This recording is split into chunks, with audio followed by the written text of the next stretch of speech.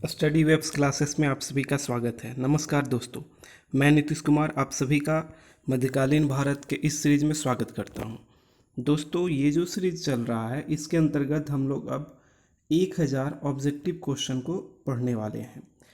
इसमें हम लोग जो टॉपिक अभी चुने हुए हैं उसका नाम है दिल्ली सल्तनत, और इसका पहला जो इस टॉपिक का जो पहला वीडियो है वो आ चुका है। लिंक डिस्क्रिप्शन में दिया हुआ है, आप पहले उसको जाकर देख लें। और इसके अंतर्गत हम लोग लूसेंट का जो ऑब्जेक्टिव ये बुक है इसको टारगेट करके चले हैं, और इसको पूरा का पूरा ऑब्जेक्टिव इसका जो है सबका कराना है। अभी हम लोग मध्यकालीन भारत के अंतर्गत 1000 ऑब्जेक्टिव क्वेश्चन को देखेंगे। तो चलिए वीडियो को स्टार्ट करते हैं।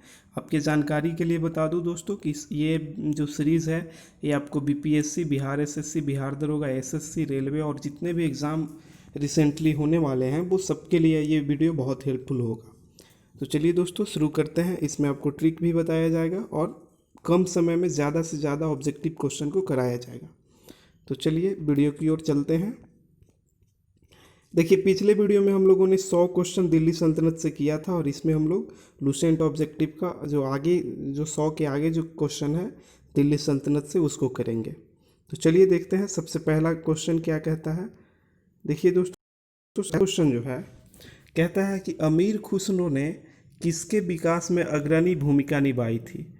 तो जो बड़ी खड़ी बोली होती है, जो हम लोग अभी बोल रहे हैं, जिस भाषा में मैं बोल रहा हूँ इसको खड़ी बोली बोलते हैं या खड़ी हिंदी बोलते हैं। तो इसका जो विकास, इसके विकास में जो अग्रणी भूमिका जो है वो अमीर खुसरो ने निभाया था। नेक्स्ट क्वेश्चन है दोस्तों कि तैमूर लंग ने किसके शासनकाल में भारत पर आक्रमण किया था।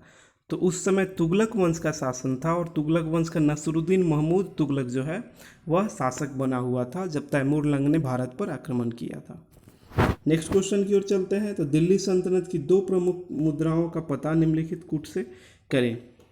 इसका आंसर डी है, 2 और 4, यानी कि जित्तल और टका। जित्तल जो था वो तांबे का होता था और टंका जो है वो चांदी का होता था।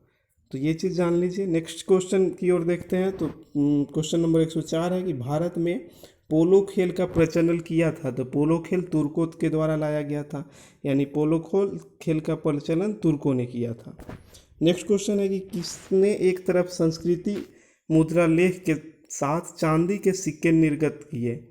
तो ये महमूद गजनवी ने किया था। एक तरफ संस्कृत में लिखा गया था, वो जो महमूद गजनवी ने जो सिक्का जारी किया था उसमें एक तरफ संस्कृत भाषा में लिखा होता था, और वो चांदी का सिक्का होता था।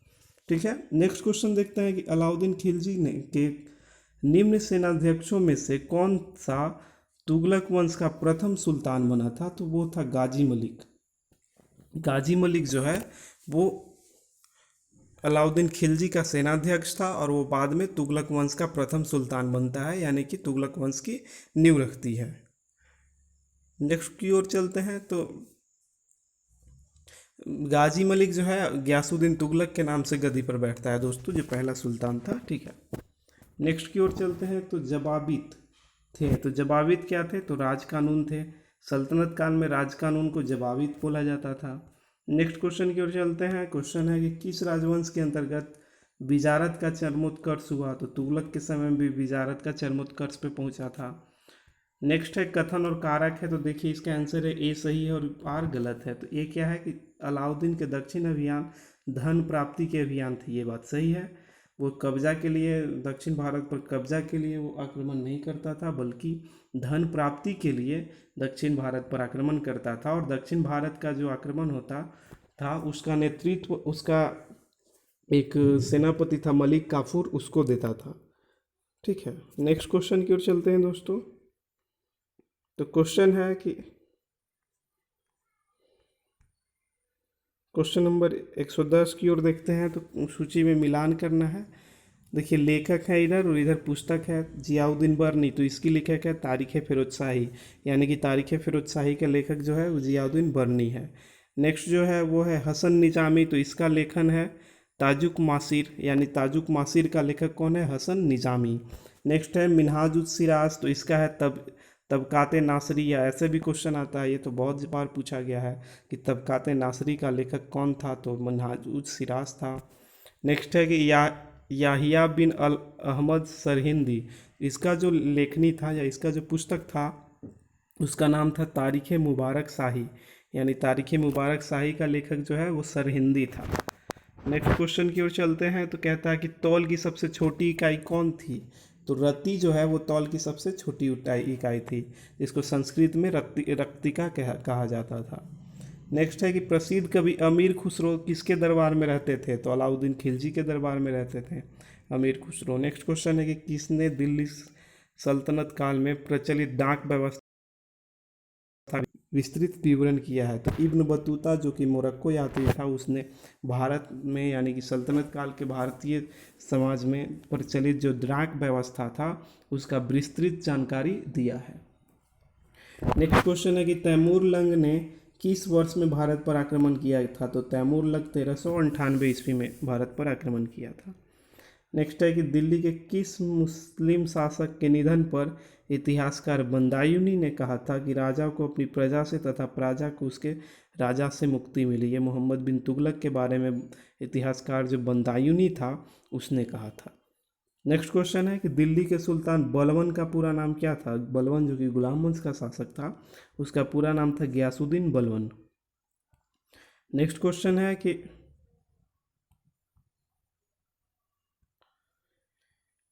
कौन सा सुल्तान नया धर्म चलाना चाहता था लेकिन उलेमाओं ने विरोध किया? तो अलाउद्दीन खिलजी जो है वो नया धर्म चलाना चाहता था, वो उलेमाओं की बातों को नहीं मानता था और शरीयत को भी नहीं मानता था। नेक्स्ट क्वेश्चन है कि दिल्ली में कौन सा ऐतिहासिक स्मारक भारत तथा फारसी वास्तुकला शैली का उदाहरण है? तो हुमायूं का मकबरा जो है वो भारत और फारसी का जो है वास्तुकला का मिश्रण है या उसका अच्छा उदाहरण है।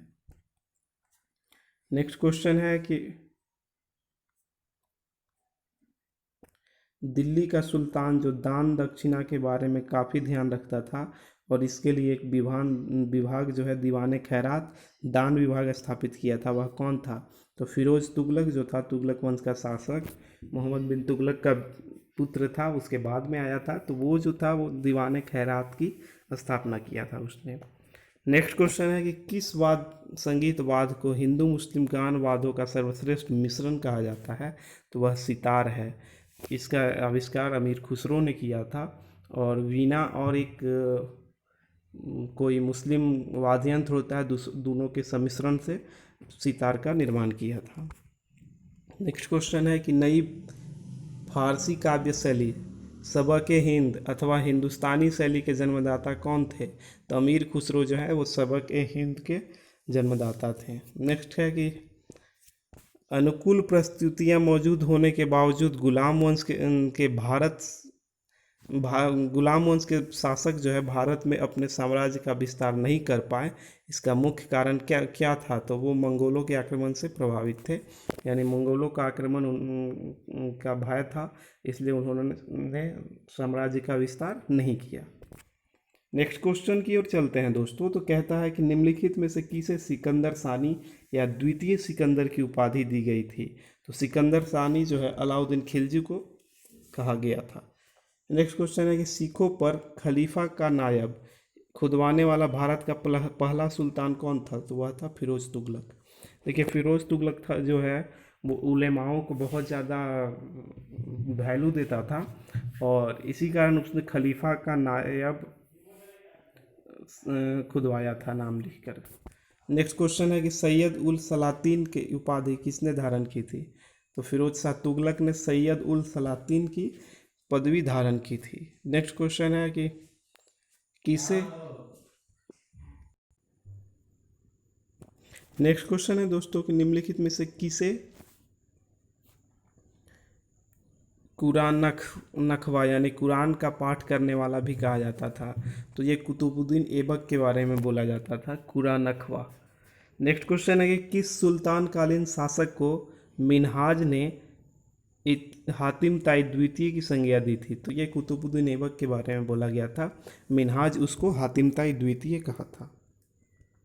नेक्स्ट क्वेश्चन है कि 2.5 दिन का झोपड़ा जो मस्जिद है वो अजमेर में स्थित है, इसका निर्माण किसने करवाया था? तो कुतुबुद्दीन ऐबक ने करवाया था। नेक्स्ट है कि अपने को ईश्वर का अभिशाप कहता था कौन? तो चंगेज खां जो है वो अपने खुद को ईश्वर का अभिशाप कहता था। नेक्स्ट क्वेश्चन है कि किसे बगदाद के खलीफा ने मंसूर स्वीकृति पत्र या महाभिषेक पत्र प्रदान किया था? तो इल्तुतमिश को प्रदान किया था। नेक्स्ट क्वेश्चन है दोस्तों कि दिल्ली सल्तनत का पहला सुल्तान कौन था जिसने दोआब के आर्थिक महत्व को समझा? तो वो इल्तुतमिश था जिसने दोआब के आर्थिक महत्व को समझा। नेक्स्ट है कि दिल्ली की राजगद्दी पर अफगान शासकों के शासन का निम्नलिखित में से कौन सा एक सही कालानुक्रम है? यानी अफगान शासक जो है, लोदी वंश के जो लोग थे वो अफगानी थे, अफगान शासक थे। और इसके लिए मैंने एक ट्रिक भी दिया था कि बहता हुआ सिकंदर हिम तक पहुंचा, यानी कि बहलोल लोदी, सिकंदर शाह लोदी और इब्राहिम लोदी। हिम मतलब इब्राहिम, बहता हुआ सिकंदर, बहता मतलब बहलोल लोदी, सिकंदर मतलब सिकंदर शाह लोदी और इब्राहिम मतलब हिम मतलब इब्राहिम लोदी। नेक्स्ट चलते हैं दोस्तों कि दिल्ली सल्तनत के तुगलक राजवंश का अंतिम शासक कौन था? तो तुगलक राजवंश का अगर अंतिम शासक पूछे तो नसीरुद्दीन महमूद था। नसीरुद्दीन महमूद किस वंश का अंतिम शासक था? तो तुगलक वंश का। नेक्स्ट क्वेश्चन है कि मध्यकालीन भारतीय राजाओं के संबंध में कौन सा कथन सही है? तो ये डी नंबर ऑप्शन सही है कि फिरोज तुगलक ने गुलामों का एक अलग विभाग दीवाने बंदगान की स्थापना की थी। तो फिरोज तुगलक ने क्या किया? गुलामों के लिए एक अलग विभाग बनाया, उसका नाम था दीवाने बंदगान। नेक्स्ट है आपको कथन कारक है, तो इसका आंसर ए है। कहता है ए भी सही है, आर भी सही है और आर ए की सही व्याख्या करता है। देखते हैं। ये कहता है कि मोहम्मद बिन तुगलक दिल्ली छोड़ने के बाद 2 वर्ष तक स्वर्ग द्वार नामक शिविर में रहा था। ये बात सही है कि एमबीटी 2 वर्षों तक स्वर्ग द्वार में जाकर एक शिविर बनाया था और वहीं पे रुका था। वो कारण उसका ये था कि उस समय दिल्ली एक प्रकार के प्लेग से बर्बादी हो गई थी और बहुत से लोग मर गए थे, यानी वहाँ पे बीमारी फैल गई थी, जिसके कारण एमबीटी जो है मोहम्मद बिन तुगलक वो दो वर्षों तक स्वर्ग द्वारी में जाकर शिविर में रहता है।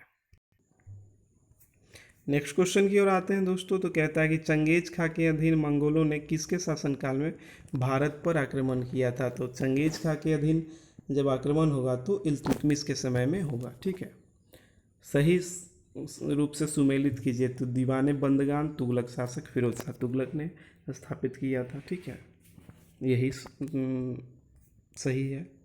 नेक्स्ट है कि सल्तनत काल में फवाजील का अर्थ क्या था? तो फवाजील होता था इक्ताओं द्वारा सरकारी खजाने में जमा की जाने वाली अधिशेष राशि को फवाजील कहते थे। यानी फवाजील फालतू, इस तरह से समझ लीजिए, अधिशेष राशि जो बचेगा। इक्ता मतलब इक्ता प्रदान किया जाता था, क्षेत्रों को लोगों को दे दिया जाता था, उसे उन्हें ही इक्तादार कहा जाता था दोस्तों। नेक्स्ट है कि दिल्ली का सुल्तान जो भारत में नहरों के सबसे बड़े जाल का निर्माण करने के लिए प्रसिद्ध था, वह कौन था? तो ये फिरोज शाह तुगलक था। और ये जो है 65वीं बीपीएससी पीटी में ये क्वेश्चन आए हुए था कि सबसे अधिक नहरों का निर्माण सल्तनत काल में किसने करवाया था? तो फिरोज शाह तुगलक ने करवाया था। नेक्स्ट क्वेश्चन है जिसमें दोनों सही है। प्रारंभ में भारत में तुर्की प्रशासन सैनिक प्रधान था, ये भी सही है। तुर्की का जो प्रशासन था उसमें सैनिकों को ही जागीरें दी जाती थी और कर वसूलने का काम सैनिकों के द्वारा ही कराया जाता था। अग्रणी सैनिक नायकों के बीच देश की एकता के रूप में खंड विभाजित कर दिया गया था, ये भी सही है, उसी का कारण है। तो ये नंबर ऑप्शन सही है। नेक्स्ट है कि अपनी शक्ति को समेकित करने के बाद बलबन ने भव्य उपाधि धारण की। तो उसने जिल्ले इलाही यानी ईश्वर की छाया का उपाधि धारण किया था। नेक्स्ट है कि किसने भारत का सबसे पुराना मकबरा नसीरुद्दीन महमूद का मकबरा सुल्तानगढ़ी दिल्ली का निर्माण करवाया और मकबरा निर्माण शैली का जन्मदाता होने का गौरव पाया? इसका आंसर है इल्तुतमिश, यानी कि सबसे पहली बार मकबरे का निर्माण इल्तुतमिश ने करवाया था, नसीरुद्दीन महमूद के मकबरा का वो भी। नेक्स्ट है दोस्तों कि इल्तुतमिश द्वारा बनवाया गया अतारकीन का दरवाज़ा जो अब अकबर के बुलंद दरवाजे का प्रेरणा स्रोत है स्थित है, तो वो है जोधपुर में स्थित है, नागौर जोधपुर में।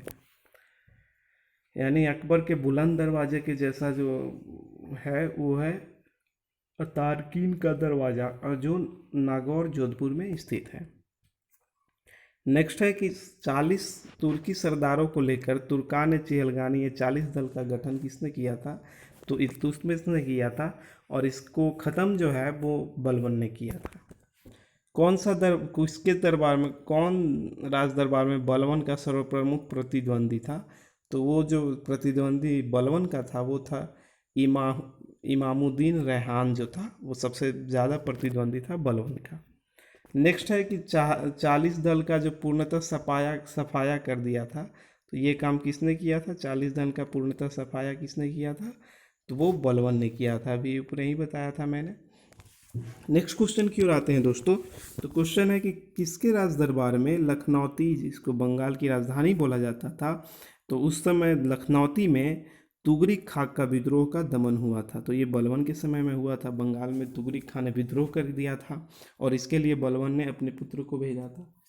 ठीक है, आगे चलते हैं। तो बलबन के वित्त विभाग, जिसको दीवान विजारत कहते थे, तो उससे अलग कर एक पृथक संस्था के रूप में सैन्य विभाग दीवान अरीज या अर्ज की स्थापना की। इसका उद्देश्य था, तो इसका उद्देश्य ए और बी दोनों था, यानी ये आंतरिक विद्रोह का दमन करना और साथ में मंगोल आक्रमणों को रोकना था।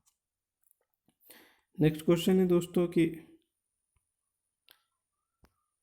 किसके राज दरबार में सिजदा और पाबोस की परिपाटी चलाई गई? तो बलबन ने चलाया था सिजदा, जिसमें घुटनों पर बैठकर शीश नवाया जाता है, और पाबोस पाँव चूमने की प्रथा होती है। तो बलबन ने इस तरह के कड़ा रुख अपनाया था। नेक्स्ट है कि बलबन ने अपने को कुलीन साबित करने के लिए शाहनामा में वर्णित किस प्रसिद्ध तुर्की योद्धा का वंशज होने का दावा किया?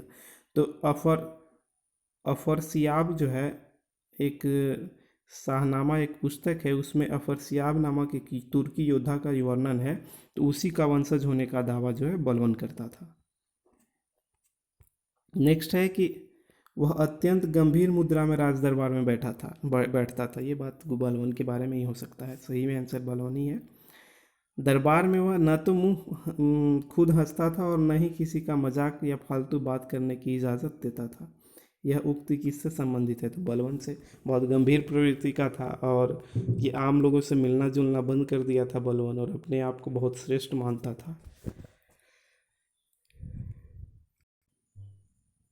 नेक्स्ट क्वेश्चन को देखते हैं दोस्तों। तो क्वेश्चन कहता है कि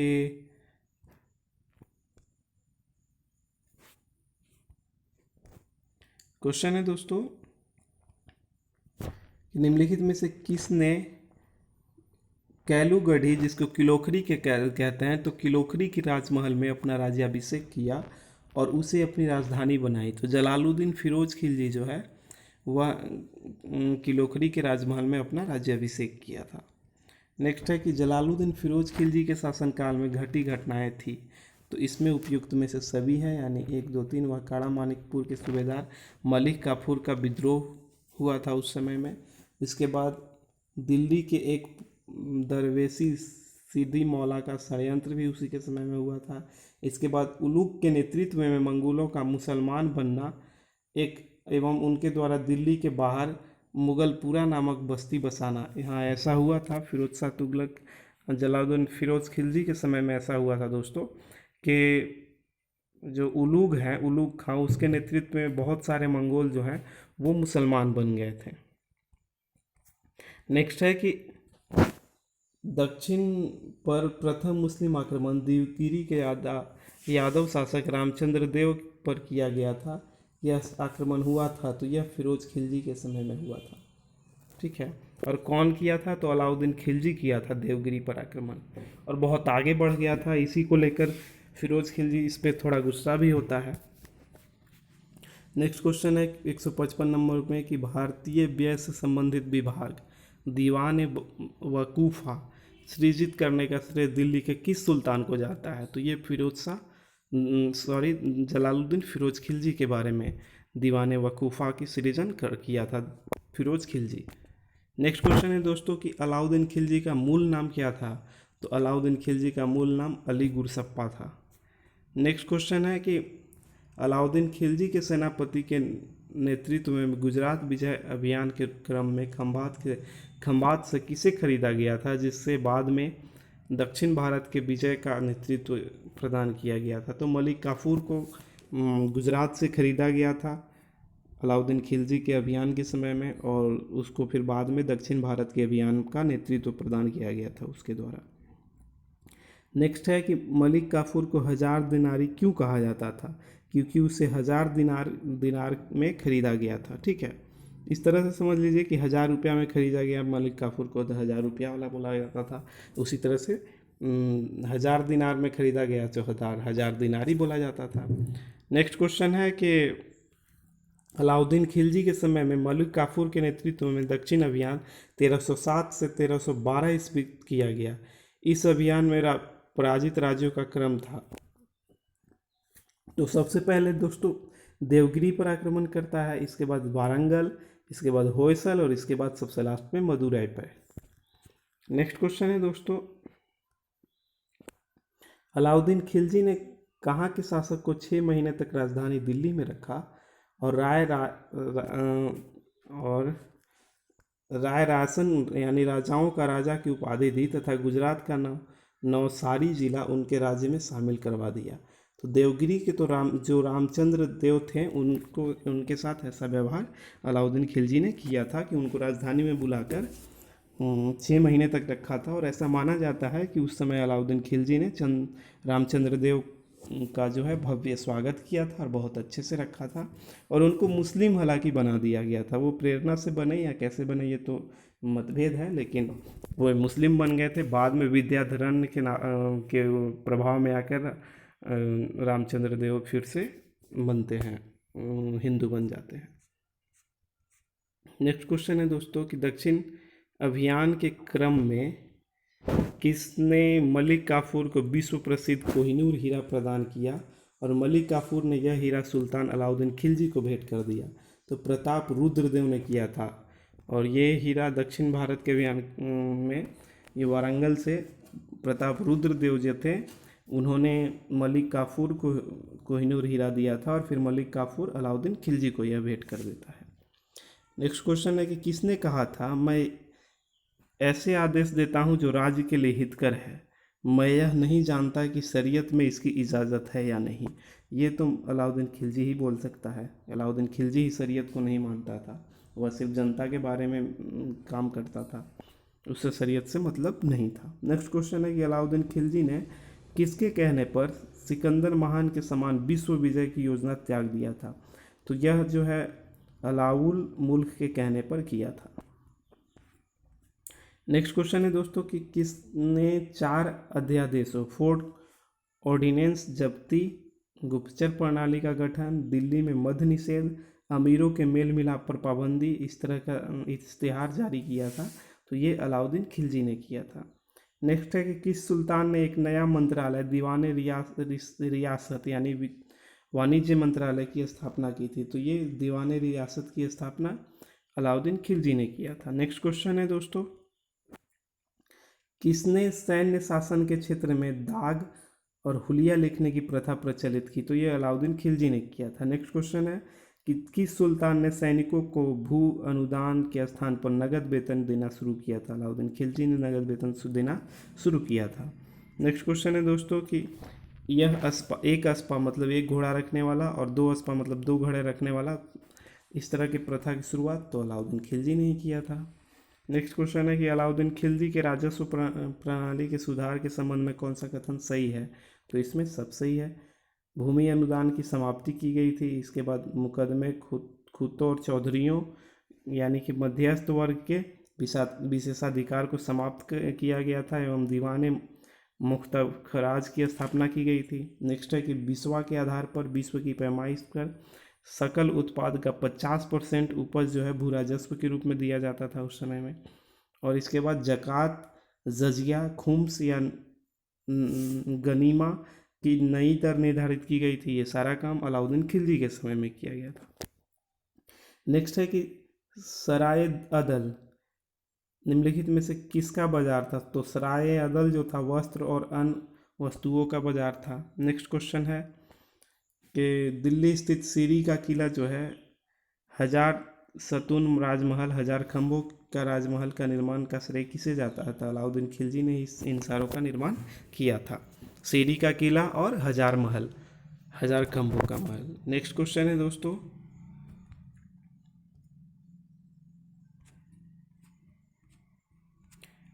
नेक्स्ट क्वेश्चन की ओर चलते हैं दोस्तों हम लोग। हाँ, 22 नंबर क्वेश्चन में है कि किसने रस्म ए मियान यानी बीच का रास्ता व तरीक ए इतदाल यानी सुल्तान का तरीका नाम से राजस्व सुधार की व्यवहारिक नीति अपनाई? तो यह गियासुद्दीन तुगलक ने किया था। नेक्स्ट क्वेश्चन की ओर चलते हैं।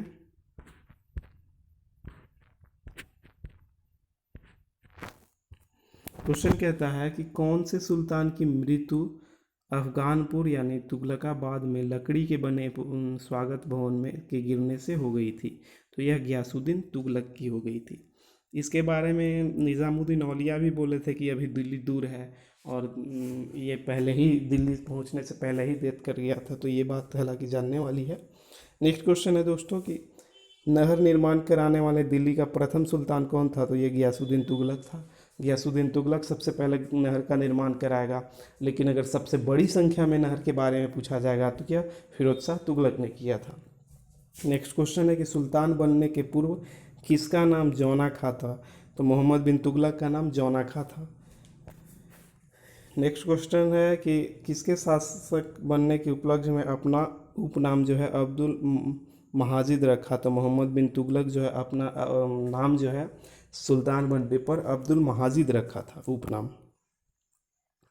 नेक्स्ट मिलान करना है, तो माबर या मदुरा जो है जलालुद्दीन हसन शाह वहाँ का शासक था, स्वतंत्र राज्य का संस्थापक। विजयनगर तो इसके संस्थापक हरिहर एवं बुक्का थे। वारंगल तो यहाँ कन्हैया ने स्वतंत्र राज्य स्थापित किया था। बहमनी तो हसन गंगू ने यहाँ पे स्वतंत्र राज्य स्थापित किया था। नेक्स्ट क्वेश्चन है कि यदि मैं एक ही ओर व्यवस्था को स्थापित करता हूँ तो दूसरी ओर गड़बड़ी उत्पन्न हो जाती है, और दूसरी को ठीक करता हूँ तो तीसरी ओर गड़बड़ी उत्पन्न हो जाती है। यह उक्ति जो है, यह कथन किसकी थी? तो मोहम्मद बिन तुगलक कहता था अपने साम्राज्य के बारे में। नेक्स्ट क्वेश्चन है दोस्तों कि किसके राज्यकाल में सदा अमीरों का विद्रोह हुआ जिसके चरम परिणति 1347 में बहमनी राज्य की स्थापना हुई? तो मोहम्मद बिन तुगलक के समय में ऐसा हुआ था। बहुत सारा विद्रोह हो रहा था और इसी कारण बहुत सारे जो राज्य थे वो स्वतंत्र हो गए थे, और इसी के क्रम में विजयनगर बहमनी साम्राज्य की भी स्थापना हुई थी। नेक्स्ट क्वेश्चन है कि मोहम्मद बिन तुगलक की मृत्यु कहाँ हुई थी? तो ठट्टा में हुई थी, ठट्टा नामक स्थान पे हुई थी। नेक्स्ट है कि राजशेखर एवं जिन प्रभासूरी जैसे जैन विद्वानों को किस सुल्तान ने राजकीय संरक्षण दिया था? तो मोहम्मद बिन तुगलक ने दिया था। नेक्स्ट क्वेश्चन है दोस्तों कि किस सुल्तान ने 24 कष्टदायी करों के स्थान पर केवल 4 कर लगाए थे? तो ये फिरोज शाह तुगलक के द्वारा किया गया था। 4 तरह का कर दिया गया था, इसी के द्वारा सिंचाई कर भी लगाया गया था। नेक्स्ट क्वेश्चन की ओर चलते हैं दोस्तों। तो क्वेश्चन है कि किसने सेना की नगद वेतन देने की व्यवस्था समाप्त कर बहेज यानी भूमि वसूलने का अधिकार एवं इतलाक धनादेश के लिए पत्र के माध्यम से वेतन भुगतान का आदेश दिया? तो यह फिरोज तुगलक ने किया था। देखिए, अलाउद्दीन खिलजी नगद वेतन को स्टार्ट करेगा और फिर से फिरोज तुगलक जो है उसको समाप्त करके फिर से जागीरें देना प्रारंभ कर देगा। नेक्स्ट क्वेश्चन देखते हैं दोस्तों कि किस सुल्तान ने अपनी आत्मकथा फतुहाते फिरोज शाही लिखी थी? तो यह फिरोज तुगलक की आत्मकथा है, फिर फतुहाते फिरोज शाही। नेक्स्ट है कि किस सुल्तान ने हासिल सर्ब या हक ए सर्ब सिंचाई कर नामक एक नया कर लगाया था? तो ये फिरोज तुगलक ने ही लगाया था, नया सिंचाई कर हब ए सर्ब के नाम से स्टार्ट करवाया था। नेक्स्ट है कि फिरोज तुगलक द्वारा स्थापित दारुल सफ़ा क्या था? तो ये खैराती अस्पताल था, यानी सार्वजनिक अस्पताल जो राजा के द्वारा संचालित होता था। नेक्स्ट है कि भूमि मापने का पैमाना गज सिकंदरी का प्रचलन किया था? तो यह सिकंदर लोदी ने किया था। नेक्स्ट है कि किस मुस्लिम शासक के सिक्कों पर लक्ष्मी देवी का आकृति बनी रहती थी? तो मोहम्मद गौरी ने ऐसा किया था। नेक्स्ट है कि रजिया बेगम को सत्ताच्युत करने में किसका हाथ था? तो तुर्कों का। तुर्क अमीरों ने रजिया बेगम को गद्दी से हटा दिया था। नेक्स्ट है दोस्तों 90 नंबर क्वेश्चन के प्रसिद्ध यात्री इब्न बतूता के जो मोरक्को यात्री था उसके विषय में कौन सा कथन है सही है। तो इसमें सही कथन के बारे में बोला जाए दोस्तों तो 1 और 3 सही है। 1 में क्या है कि यह मोरक्को यात्री था, सही बात है। वह चीन में दिल्ली के सुल्तान का दूत बनकर भेजा गया था, सही बात है। जब वो दिल्ली में आया था तो मोहम्मद बिन तुगलक उस समय शासक था और उसने इब्न बतूता को दिल्ली अपना राजदूत बनाकर भेजा था। नेक्स्ट और लास्ट क्वेश्चन है दोस्तों कि दिल्ली के किस सुल्तान ने ब्राह्मणों पर जजिया कर लगाया था। तो ये फिरोज तुगलक ही था जिसने ब्राह्मणों पर जजिया कर लगाया था। तो चलिए दोस्तों, इस तरह से लुसेंट ऑब्जेक्टिव का जो टॉपिक था दिल्ली सल्तनत वो आज समाप्त होता है। और नेक्स्ट वीडियो में हम लोग मिलेंगे जिसमें हम लोग स्वतंत्र राज्यों में विजयनगर और बहमनी साम्राज्य और विभिन्न जो स्वतंत्र राज्य हुए थे यानी कि दिल्ली सल्तनत से जो स्वतंत्र होंगे और ख़ुद का जो राज्य स्थापित करेंगे उनके बारे में जो ऑब्जेक्टिव होगा उसको देखेंगे। और टारगेट लुसेंट ऑब्जेक्टिव के अंतर्गत हम लोग मध्यकालीन भारत से रिलेटेड 1000 ऑब्जेक्टिव क्वेश्चन को करेंगे। तो नेक्स्ट वीडियो में हम लोग मिलते हैं। तब तक के लिए नमस्कार दोस्तों। और अगर आपने चैनल को सब्सक्राइब नहीं किया तो कृपया चैनल को सब्सक्राइब कर ले, बेल आइकन को दबा लें। और वीडियो अगर अच्छा लगा हो तो लाइक करिएगा, कमेंट करिएगा। हाँ, कमेंट करना नहीं भूलिए दोस्तों, क्योंकि आप जब कमेंट करते हैं तो उससे प्रोत्साहन मिलता है और अच्छा लगता है। धन्यवाद दोस्तों।